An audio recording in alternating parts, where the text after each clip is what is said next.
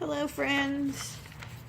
I thought since I'm stuck on the couch with my heating pads and waiting for my meds to kick in to help with my muscle spasms, I thought I would do the chronic illness tag, and I will put a link in the description of the girl that I saw do it. She has EDS and some of the other things that I have, and she's amazing.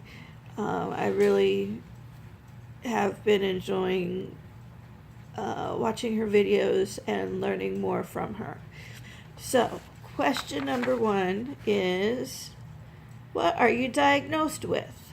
I have generalized hypermobility spectrum disorder, mast cell activation syndrome, inflammatory bowel disease, Eagles syndrome, hyperglycemia, unilateral ventricular fold prolapse, arthritis, fibromyalgia, voice box tremor, chronic daily migraines, and degenerative disc disease. Question 2. What do you tend to do at night when you can't sleep? YouTube videos of silly things like monkeys and birds. And I'm like addicted to 1010, which is a game on my phone. Number 3. What's the worst side effect you've had from a medication? When I had to get iron infusions, my second infusion, I had full-blown anaphylaxis. They had to stop the infusion, they had to call the doctor in, and I had to take a lot of IV Benadryl, and I don't even remember what else they gave me, and they had to monitor me pretty closely to make sure that I recovered, and then sent me home. And another time, I had to try a lot of different medications for my hypoglycemia, and one of the medicines made my blood sugar very low, and I could not keep it stable, so I had to spend the night in the ER. Number 4, how has your condition affected your mental health? Depression is a big thing for me. I take medication to help, but inevitably, when you have chronic pain and flares from this and that and the other, and so many things that weigh down on you, depression is always lurking, and at times I slide deep into that pit. But I recognize it. I let people know if I need to, and I work hard to not stay that low and that deep into depression for very long. It's not easy to keep fighting depression, but it's a necessity. I also have paranoia. My family would like they can attest to that. Often, if they're in another room and they're like talking quiet and giggling and laughing, my brain automatically goes to thinking that they're laughing about something about me. I have a lot of anxiety. Number 5, describe your social life. I have no social life. Occasionally, I can go to the movies with my family. We might go out to dinner sometimes, but really, we stay home. I stay connected to friends and family through social media. Number 6, what's the hardest thing to do when you're flaring? I'm going to say the hardest is thinking clearly. Across the board, with all of my chronic illnesses, if you break it down to each individual chronic illness, I have a hard time getting up, walking. Sometimes it's barely walking because I have to just sort of drag my feet, and that's from my neck, oddly enough. Reactions that even just being able to drink any water I react to, or eating food I react to. So there's a lot of things, but across the board, the one thing that affects me with every chronic illness is being able to think clearly. Number 7, do you have worries for the future? My goodness, yes, I do. I have a lot of worries. I guess the biggest thing is that my dad lived in constant pain, debilitating, constant, torturous pain for many years.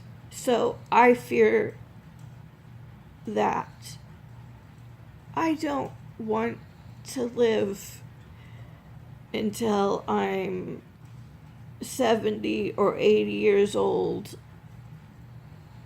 with my body hurting so badly. So I worry about that a lot. I hope that God will use me for whatever He needs to use me for. And if that means living in that much pain for that long, then so be it. God has a plan. I know that much. Also, I do worry. Lately I've been thinking, my daughter is going to be 20 in a couple of months. My son is going to be 17 on Friday. And, they are getting older, and they're, if they get married and have kids, how am I going to be the grandmother that I would like to be? All right, favorite comfort food, definitely chocolate chip cookies, like store brand chocolate chip cookies. I don't know, I just enjoy them more than Chips Ahoy, or I don't know what it is about them, but store brand chocolate chip cookies. Number 9 is tell a valuable lesson you've learned from being ill. I have learned that when you become chronically ill, you find out who your friends are, who truly is a friend.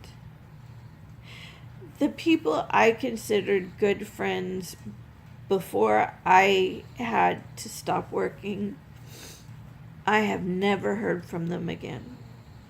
So I don't have many friends. but the friends that I have are amazing. And the chronic illness community as a whole is amazing. So, yes, I did go through a very hard transition time, feeling very, very alone and very, very hurt. And now I have some awesome people in my life. Number 10, name 3 things you miss that were taken from you because you got sick. Number 1 thing is being able to fly to California and spend time with my family. I used to go at least once a year. I went more frequently once I had to stop working. And I would go without my family. It would just be me going to spend time over there. But mast cell activation syndrome, really, when that started getting pretty bad, my last trip, I was very sick. The reality is that I just can't do it. So I miss teaching music to kids. I miss the little kids that I could share the joy of music with. I miss it a lot. And the last thing is crochet. For the first 3 years that I was on disability, I was a crocheting maniac. And then my hypermobility got worse, and my hand, whenever I twist it, like I would for crocheting, bones shift and things. It's just a lot of pain, and I developed tendonitis here and through here really bad that I would take a break for even like a month and it still wouldn't go away. So I had to stop crocheting, and I will never be able to crochet again. And that was gut-wrenching as well. And that's why I'm doing paper crafting, and I'm trying to learn about watercoloring and those kinds of things so that I can have something to do while I have to just sit here on my butt. Crocheting was so therapeutic, so soothing to me, and nothing else that I've tried has really taken the place of that. Okay, how old were you when you first had symptoms? I've had symptoms. I was born with symptoms. I was allergic to diapers, the cloth diapers. Thank goodness they had come out with Pampers. And I cried a lot as a baby, and thinking back, my mom really thinks that a lot of that was because of me being in pain. Yeah, so I've had symptoms of mast cell activation syndrome and generalized hypermobility spectrum disorder from the time I was born. All right, so I hope you enjoyed and learned something from this. And like I said, I'm going to link Life with Stripes down below. She has some very informative videos as well as fun. So check her out. If you would like to do a video of your own for the chronic illness tag, then I will have the questions in the description box as well, and tag me so that I can watch your video. And with that, from this broken person to all of you broken people, I send you all of my love. Don't forget to click like and subscribe and share this video with others. And I will see you next time.